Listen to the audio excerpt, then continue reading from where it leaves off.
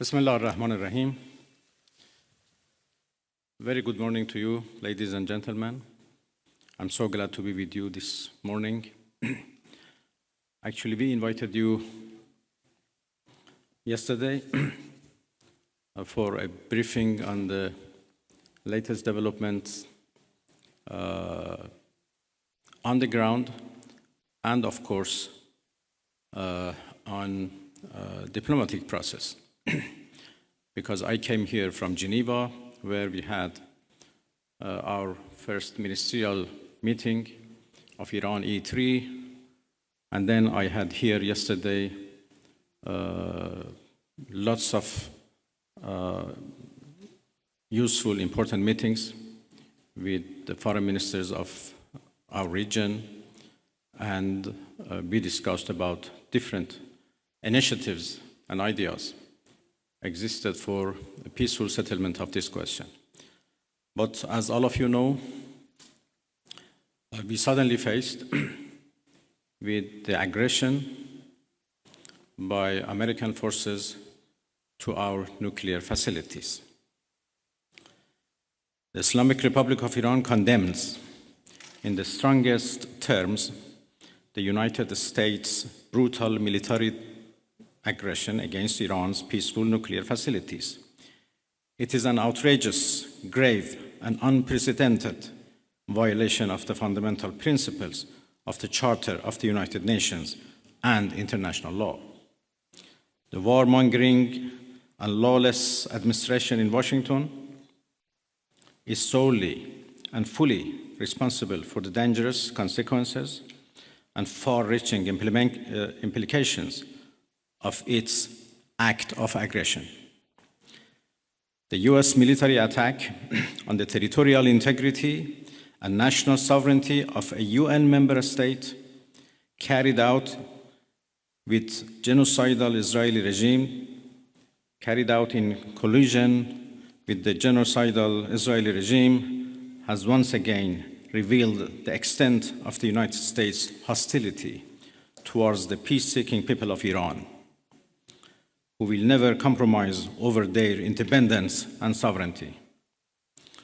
The Islamic Republic of Iran continues to defend Iran's territory, sovereignty, security, and people by all means necessary against not just US military aggression, but also the reckless and unlawful actions of the Israeli regime. While President Trump was elected on a platform of putting an end to America's costly involvement of forever wars in our part of the world, he has betrayed not only Iran by abusing our commitment to diplomacy, but also deceived his own voters by submitting to the wishes of a wanted war criminal who has grown accustomed to exploiting the lives and wealth of American citizens to further the Israeli regime's objectives. The US act of aggression against Iran's peaceful nuclear facilities constitutes not only a flagrant breach of the UN Charter, especially the prohibition of the use of force under Article 2, Paragraph 4, and the obligation to respect the state's territorial integrity and sovereignty, but also a violation of UN Security Council Resolution 2231. It cannot be emphasized enough how much of a devastating blow that the US, a permanent member of the Security Council, has dealt to the global non-proliferation regime. The Islamic Republic of Iran reminds the United Nations, the Security Council, the UN Secretary General, the International Atomic Energy Agency, and other relevant international bodies of their duty and responsibility to take urgent and decisive action in response to this breach of international law. Silence in the face of such blatant aggression will plunge the world into an unprecedented level of danger and chaos. Humanity has come too far as a species to allow a lawless bully to take us back to the law of the jungle. The Islamic Republic of Iran calls on the Security Council to convene an emergency session to unequivocally condemn the criminal act of aggression by the United States against Iran and to hold the administration in Washington accountable for its violations of fundamental principles of United Nations Charter and of norms of international law.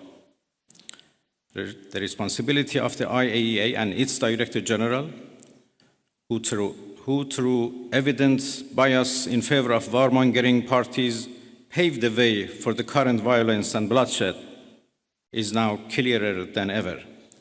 We call on the IAEA Board of Governors to immediately convene and carry out its legal responsibility in response to the dangerous US attack on Iran's peaceful nuclear facilities, all of which have been under the agency's full safeguards and monitoring. The world must not forget that it was the United States which, in the midst of a process to forge a diplomatic outcome, betrayed diplomacy by supporting the genocidal Israeli regime's launch of an illegal war of aggression on the Iranian nation. Not content with such malign actions, the United States itself has now also opted for a dangerous military operation and aggression against the people of Iran. In doing so, the US administration holds sole and full responsibility for the consequences of its actions, including the Islamic Republic of Iran's right to self-defense under the principles of the United Charter. In accordance with the UN Charter and its provisions allowing a legitimate response in self-defense, Iran reserves all options to defend its security, interests, and people. Thank you very much. This is not a one-off event.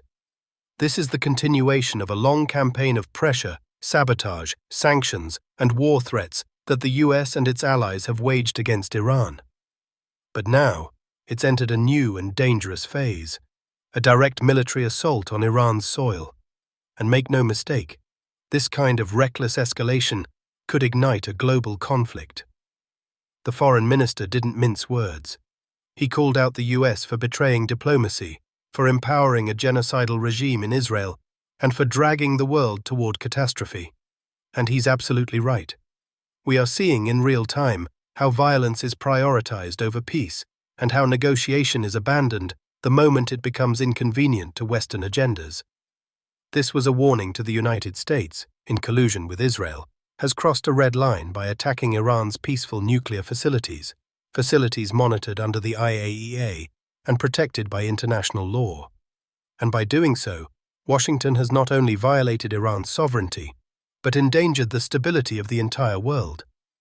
This is not just about Iran. This is about the rules-based international order being shattered by the very nations who claim to uphold it. As the foreign minister rightly stated, Article 2 of the UN Charter explicitly prohibits the use of force against sovereign states, and yet that is exactly what has occurred. Let's be absolutely clear. Iran's nuclear program is under full safeguards by the International Atomic Energy Agency. Iran is not hiding nuclear weapons, and there is no credible evidence that Iran has ever violated the Non-Proliferation Treaty. The facilities the US attacked were peaceful, civilian, and legal. And yet, the world's so-called defenders of democracy have chosen to respond with bombs, not diplomacy. The world stands at a crossroads. Either we allow the US and its allies to act with impunity, eroding every principle of international law, or we demand accountability. We demand that peace be prioritized, that negotiations be respected, and that no nation, however powerful, is above the law.